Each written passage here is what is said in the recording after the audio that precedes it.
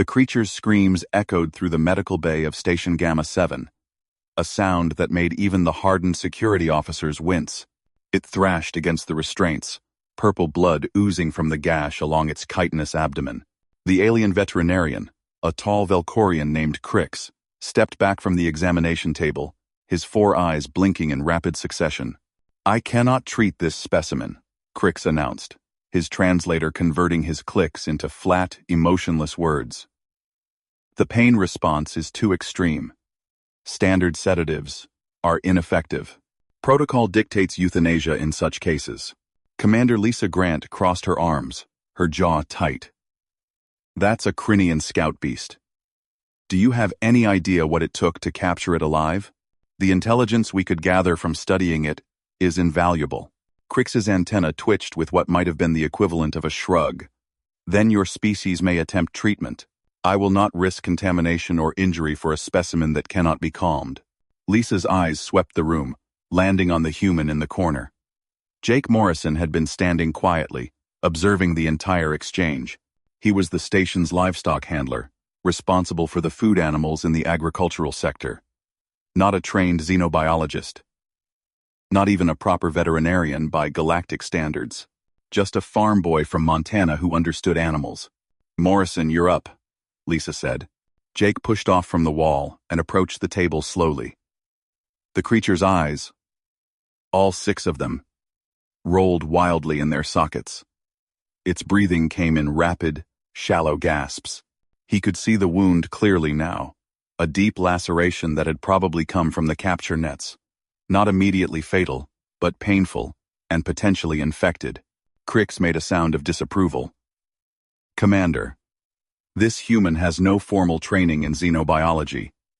He will certainly fail, possibly fatally for himself." Jake ignored the Velcorian. He'd seen this kind of panic before. In horses, caught in barbed wire. In cattle with broken legs. In dogs hit by cars back on Earth. Fear and pain looked the same across species. Apparently across galaxies, too. "Easy, buddy," Jake whispered, his voice low and steady. He didn't reach for the creature yet. Instead, he moved into its line of sight. Slow and deliberate, letting it see him. "I know it hurts. I know you're scared.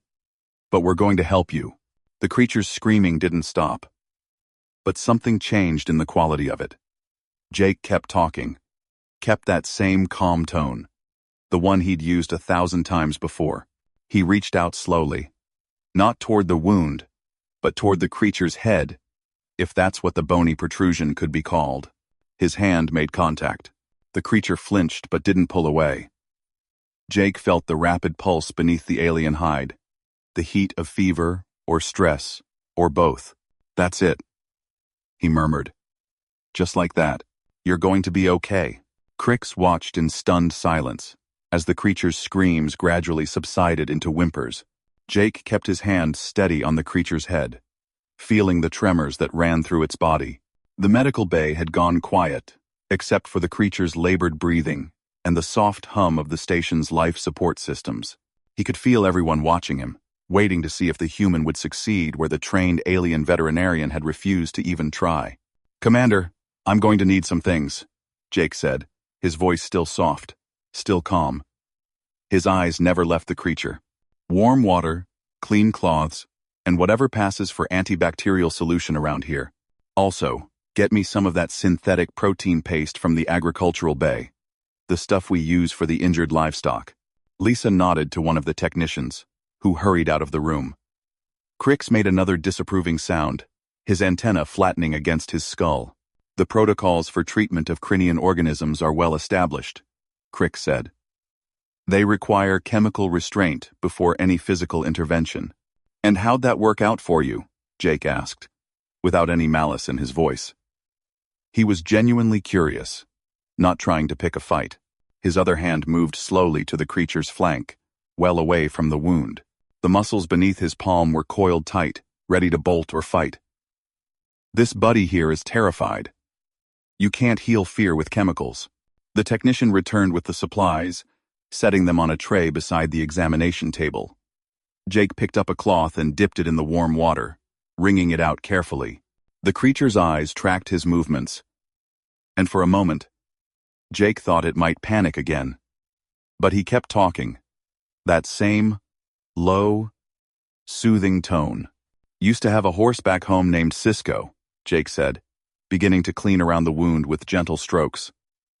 "Meanest animal you ever saw. When we first got him, previous owner had beaten him something fierce. Wouldn't let anyone near him without trying to kick their head off." The creature flinched as Jake's cloth touched a particularly sensitive area, but it didn't scream. "Took me 3 months of sitting in his stall, just talking to him, before he'd let me touch him. Another 2 before he'd let me ride." Lisa watched the scene unfold with growing amazement. The creature's breathing had slowed, its muscles gradually relaxing under Jake's steady hands. The wound was ugly, a jagged tear that went deeper than she'd initially thought. Purple blood still seeped from it, but the flow was slowing. 6 months seems like a long time for a single animal, Crix observed, though his tone had shifted slightly. Less dismissive now, more curious. Jake smiled, continuing his work. "Some things can't be rushed. Trust takes time." He reached for the antibacterial solution, a blue gel that the station's medical officer had developed for cross-species use. "This might sting a bit, buddy, but it'll help. I promise." He applied the gel in smooth, careful motions. The creature tensed, a low growl rumbling from somewhere deep in its chest. But it didn't thrash. Jake kept one hand on its head, maintaining that contact, that connection. "The Crinians are a warrior species," Creek said, moving slightly closer to observe. "They are bred for aggression and pain tolerance. Their scouts are particularly vicious. What you are doing should not be possible." "Everything feels pain," Jake replied. "Everything feels fear. Doesn't matter if you're from Earth or halfway across the galaxy." He began preparing a bandage from the supplies the technician had brought. "And everything responds to kindness, given the chance." The creature's 6 eyes had stopped rolling wildly. They were focused now, watching Jake with what might have been intelligence, might have been calculation. Jake met its gaze steadily, not challenging, not submissive, just present. "I'm going to bandage you up now," Jake said to the creature. "Keeps everything in place while you heal." He worked quickly but carefully, wrapping the treated wound with practiced efficiency. The creature allowed it, though Jake could feel the tension in its body, the constant readiness to fight or flee. When he finished, Jake reached for the container of protein paste. He scooped some onto his fingers and held it out, letting the creature smell it. The creature's nostrils, small slits near what passed for its mouth, flared and contracted. "Food helps," Jake explained to the watching crowd. "Gives the body something to do besides hurt." The creature's tongue, long and segmented, extended cautiously. It touched the paste, then retreated. Then came back and took a small amount. "That's right. Good stuff, isn't it?" Over the next 10 minutes, Jake hand-fed the creature small amounts of the paste, talking the whole time. He told it about Montana, about his family's ranch, about the first time he'd delivered a calf in a snowstorm. Nonsense, really. The creature couldn't understand him. The translator didn't work on animals. But the tone mattered. The steadiness of his presence mattered. Finally, Jake stepped back. The creature was calm now, its breathing even, its eyes half closed. The wound was bandaged. The bleeding stopped. It would heal, given time and proper care. Lisa let out a breath she hadn't realized she'd been holding. "Incredible." Crix approached the table slowly, his 4 eyes examining the creature with new interest. "I have studied xenobiology for 40 standard years," he said quietly. "I have never seen anything like this. How did you know what to do?" Jake wiped his hands on a clean cloth, shrugging. "Animals are animals. They want to live, they want to stop hurting, and they want to know they're safe. Everything else is just details. The message came 3 hours later, just as Jake was checking on the feed ratios for the station's livestock. His comm unit buzzed, displaying Commander Grant's face on the small screen. Morrison, we have a situation. Need you in docking bay 3. Immediately. Jake grabbed his jacket and jogged through the station's corridors. When he arrived at the docking bay, he found it in chaos. A Krynian vessel had docked, small and sleek, marked with symbols that Jake didn't recognize. But what caught his attention was the group of Krynians standing in a tight circle around something on the deck. They were massive, easily 8 feet tall, with the same chitinous plating as the scout beast but more developed, more armored. Their mandibles clicked and clacked in what Jake assumed was their native language. The translator struggled to keep up, producing fragments of words like offspring and return and death. Commander Grant stood between the Krynians and a contingent of station security, her posture tense. When she saw Jake, relief flashed across her face. The scout beast we captured, she said quickly, moving to his side. It's their equivalent of a child. Not a trained warrior, just a juvenile. That wandered into our defense perimeter. They've been searching for it for days. Jake's stomach dropped. The creature he'd treated wasn't a hardened warrior at all. It was a kid. Where is it now? Still in medical. Sedated. Crick said the sedatives finally worked after you'd calmed it down. Lisa's voice dropped lower. The Krynians want it back. They're prepared to go through us if necessary. Our sensors show their ship has weapons hot. One of the Krynians broke from the group, moving toward them with surprising speed. Station security raised their weapons, but the Krynians stopped just short of the human positions. It was female, Jake realized, based on the slightly different pattern of plating around what might be a throat or chest. You are the one called Morrison, she said, her translator producing a voice that sounded strained, emotional. You touched our child. Jake stepped forward, ignoring Lisa's sharp intake of breath. The Krynian's mandibles clicked rapidly. The Valkorian said our child would be destroyed, that it could not be treated, that its pain was too much. End quote. The Valkorian was wrong, Jake said simply. Your child was scared and hurt, but it's tough. It's healing. The Krynian leaned down, bringing her face close to Jake's. He could smell something sharp and metallic, could see his reflection in her compound eyes. You gave kindness to a Krynian. This is not something we have experienced from other species. Like I said, your child was hurt. What else was I supposed to do? The Krynian straightened, turning to the others of her kind. They communicated in rapid clicks and whistles that the translator didn't even attempt to convert. Then, she turned back to Jake. I am Shira. The child you treated is Kren, my first offspring. The Krynian people have been at war with most of the galaxy for 3 generations. We are feared. We are hated. We expect violence, and we give violence in return. Her mandibles moved in a way that might have been a smile, or might have been something else entirely. But you gave something different. For this, there must be balance. Balance? Lisa asked warily. We will not attack your station, Shira said. But you must return Kren to us immediately. And Morrison must come with us. The docking bay erupted. Security officers shouted. Weapons were raised higher. And Lisa started to protest. But Jake held up his hand. Why do you want me to come with you? Shira's eyes fixed on him. Because Kren will need continued care. Because I do not trust any other species to provide it. Because you have shown yourself to be different from what we expected. Come with us for 3 standard days, ensure my child heals properly, and we will return you unharmed. You have my word as a mother and a warrior. Absolutely not, Lisa said flatly. We're not handing over one of our people to a hostile force. Then we take our child by force, Shira replied, her voice hardening. And your station will be damaged in the process. Many will die. Is that what you prefer? Jake looked at Lisa, then at the assembled Krynians, then back at the commander.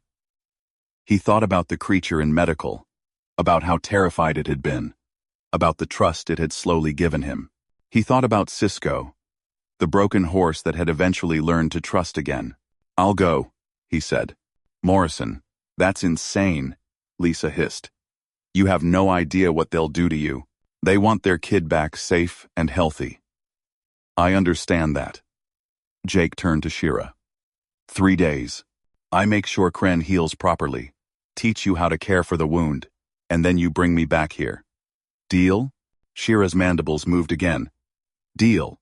But understand this, human. If my child dies while in your care, even aboard our ship, you will not leave alive. This is not a threat. This is simply truth." "Fair enough," Jake said. He looked at Lisa. "Tell Crix to send me everything he's got on Crinian physiology, and have someone pack a bag for me. Looks like I'm making a house call." 20 minutes later, Jake stood in the medical bay beside the sedated Kren. The juvenile Crinian's breathing was steady, its wound clean and properly dressed. Shira and 2 other Crinians entered, moving to their child's side with a gentleness that seemed at odds with their armored, warlike appearance. "He will wake soon?" Shira asked. "Should be any minute now." Jake confirmed. "The sedatives are wearing off. When he does wake up, he might be confused or scared. Just stay calm. Let him know he's safe." Kren's eyes opened one by one, each pupil dilating and contracting as consciousness returned. The juvenile made a sound. Something between a chirp and a whistle. Shira responded immediately in the same language, her voice taking on tones Jake had never heard from a Crinian before. Gentle tones. Parental tones. Kren's gaze found Jake and the creature froze. For a moment, Jake worried it might panic again. Then Kren's mandibles moved in, what Jake had learned was their version of a smile. The juvenile reached out one clawed appendage toward him. "Easy, buddy," Jake said softly, taking the offered claw in his hand. "You're going home." The transport from the station to the Crinian ship was tense. Jake sat in a small shuttle with Shira, Kren, and 4 Crinian warriors, who watched him with unreadable expressions. Kren stayed close to Jake, occasionally making small sounds that seemed to indicate discomfort. Each time, Jake would check the bandage, adjust the juvenile's position, or simply place a reassuring hand on its armored hide. The Crinian ship was nothing like Jake expected. He'd assumed military efficiency, cold metal corridors, weapons mounted on every wall. Instead, he found himself in spaces that were warm, almost organic in their design. The walls had a slight give to them, and bioluminescent panels provided soft, changing light. It was more like being inside a living thing than a spacecraft. Shira led him to what was clearly a medical facility, though it looked more like a nursery than a hospital. Other juvenile Crinians were present, along with adults who Jake assumed were caregivers or medical personnel. They all stopped what they were doing when Shira entered with Kren. "This is Morrison," Shira announced to the room. "He is human. He treated Kren with kindness when others would have killed him. He will teach us his methods." An older Crinian, his plating dulled with age, approached. His mandibles clicked in a pattern that sounded skeptical. "A human knows medical treatment? Their species is barely capable of space travel. Heiress. Heiress. Heiress. Heiress." Jake bit back his initial response. Getting defensive wouldn't help. Instead, he focused on Kren, guiding the juvenile to what looked like a resting platform. "I'm not a doctor," he said evenly, "but I know how to help something that's hurt and scared. Sometimes, that's more important than medical knowledge." The older Crinian made a dismissive sound, but moved closer to observe. Jake began unwrapping Kren's bandage, explaining each step as he went. The wound looked good, already showing signs of healing. The edges were closing, and the purple coloration of healthy Crinian tissue was returning. "The key is keeping it clean and keeping stress low," Jake explained, applying fresh antibacterial gel. "Stress hormones interfere with healing, in most species I've worked with. Looks like Crinians are the same." He demonstrated how to wrap a new bandage, making sure it was secure but not too tight. Change this twice a day. Change this twice a day. Change this twice a day. Watch for any discharge that's darker than this purple color, or any swelling around the edges. For the next several hours, Jake worked with the Crinian medical staff, showing them techniques that he'd learned from years of working with animals, how to approach a patient calmly, how to read body language for signs of pain or fear, how to use voice and touch to provide comfort alongside medical treatment. The older Crinian, who Jake learned was called Vex, gradually warmed to the instruction. We have always believed that treating juveniles required full sedation, Vex admitted. Our young are aggressive by nature. They bite, they claw, they fight any intervention. They fight because they're scared, Jake said. He was cleaning a minor wound on another juvenile now, one that had apparently injured itself during training exercises. The young Crinian had initially hissed and snapped at him, but now lay quietly under his hands. Fear makes everything worse. Take away the fear, or at least reduce it, and treatment becomes easier. Shira watched from across the room, her posture relaxed for the first time since Jake had met her. Kren had fallen asleep on the resting platform, his breathing deep and even. She moved to stand beside Jake as he finished with the other juvenile. You have given us something valuable, she said quietly. Not just the treatment of Kren, but knowledge, understanding. Just doing what needed doing, Jake replied. Humans say this often, I think, Shira observed. Just doing what needs doing. As if kindness is simple. As if compassion is easy. Her mandibles moved thoughtfully. The galaxy has taught my people that strength is the only thing that matters. That mercy is weakness. You show us something different. Jake washed his hands in a basin of cleansing solution. Back home, we have this saying, you can catch more flies with honey than with vinegar. Means that kindness usually works better than force. What are flies? Small insects. Annoying, but harmless. Jake smiled. Point is, treating something well usually gets you better results than treating it badly. Shira's translator made a sound that might have been a laugh. Simple wisdom from a simple human. Yet we warriors, with all our advanced technology and culture, never learned it. Over the next 2 days, Jake worked with the Crinian medical staff, treating various juveniles and teaching his methods. He learned that Crinian young were indeed aggressive, but it was a defensive aggression born from a culture that valued strength above all else. When approached with calm confidence rather than matching aggression, the juveniles responded remarkably well. He also learned about Crinian culture. They were warriors, yes, but they were also poets, artists, and philosophers. Their aggression toward other species came from generations of conflict and mistrust, each side reinforcing the other's prejudices. They expected violence because they'd always received violence. On the evening of the second day, Vex approached Jake while he was checking on Kren. The wound had healed remarkably fast, already reduced to a thin scar beneath the fresh chitin that was growing over it. You have changed much in a short time, Vex said. Jake looked up from Kren's examination, meeting the old Crinian's compound eyes. Changed? What? How we think. How we approach our young. How we see humans. Vex settled onto a resting platform with a creaking sound, his aged joints protesting. I have been a healer for 70 standard years. I believed I knew all there was to know about treating Crinian young. You have shown me I was wrong. You weren't wrong, Jake said carefully. Vex's mandibles clicked in what Jake now recognized as amusement. Diplomatic, but incorrect. I was wrong because I let tradition and expectation blind me to other possibilities. This is a failing of age, perhaps, or simply a failing of not being human. That night, Shira invited Jake to share a meal with her family.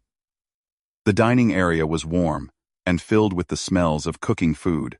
Jake couldn't identify most of it, but Shira assured him that everything had been verified as safe for human consumption. The taste was strange, spicy, and sweet at the same time, but not unpleasant. Kren ate beside them, already active and energetic again. The juvenile kept touching Jake's arm, making small chirping sounds. Shira translated. He wants to know if you will stay. He has grown attached to you. Jake felt a pang in his chest. I can't stay, buddy. I have to go back to my own home. But you're going to be fine. Your mom and the others here will take good care of you. Shira relayed this to Kren, whose mandibles drooped slightly. Then the juvenile made a longer series of sounds, more complex and insistent. He says you are Pack now, Shira translated. That you gave him trust when he was afraid. He wants to give you something in return. Kren reached up and plucked a small plate of chitin from his own armor, near where his heart would be if Krinians had hearts in the same place as humans. It came away with a small amount of purple blood, but Kren didn't seem to notice. He held it out to Jake, with a ceremonial solemnness. Shira's voice was soft. This is not something we do lightly. A Krinian's armor is part of them, grown from birth. To give a piece away is to say that someone is family, is Pack, is worth more than one's own body. Jake took the piece of chitin carefully, feeling the weight of the gesture. The morning of the third day arrived too quickly. Jake made his final rounds of the medical facility, checking on each of the juveniles he'd treated. They were all healing well, their caregivers now confident in the techniques Jake had taught them. Vex walked with him, asking last questions, confirming procedures. Will you return? Vex asked. There is much more you could teach us. That's not up to me, Jake said. That's up to your people and mine, whether we can find a way past all the fighting and mistrust. Perhaps what happened here is a beginning, Vex suggested. One human, one juvenile, one moment of kindness. Small things. But fires start from small sparks. Shira escorted Jake back to the shuttle that would return him to Station Gamma 7. A crowd had gathered to see him off. Dozens of Krinians who had heard about the human who treated their young with gentleness. They didn't say anything, but they stood in formation. Their posture, one of respect. You have kept your word, Shira said, as they reached the shuttle. Kren is healed. You have taught us much. I will keep my word and return you safely. Never doubted it, Jake said, and he meant it. Shira's mandibles moved in that way that might have been a smile. Before you go, I must tell you something. The Krinian Council has been informed of what happened here. They are interested in this new approach to treating our young. They wish to send representatives to meet with your station commander to discuss possibilities. Jake felt hope flare in his chest. Possibilities. Like what? Like peace, perhaps. Or at least the beginning of peace. We will see. Shira placed one clawed hand on Jake's shoulder, gentle despite the potential for harm. You have shown us that humans are not what we believed. That kindness is not weakness. That there are other ways to exist in this galaxy. These are not small things. Jake Morrison. The shuttle ride back to Station Gamma 7 felt longer than the trip out. Jake spent the time looking at the piece of chitin Kren had given him, turning it over in his hands.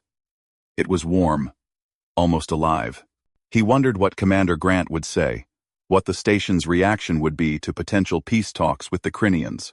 When the shuttle docked, Lisa was waiting for him, along with Crix and what looked like half the station's crew. The relief on Lisa's face was obvious. Welcome back, Morrison, she said, gripping his hand firmly. Shira contacted us an hour ago. Said the Krinian Council wants to talk. Actually talk. Not threaten or demand. Do you have any idea what you've started? Jake shrugged, suddenly exhausted. Just took care of a hurt kid. Everything else just sort of followed from that.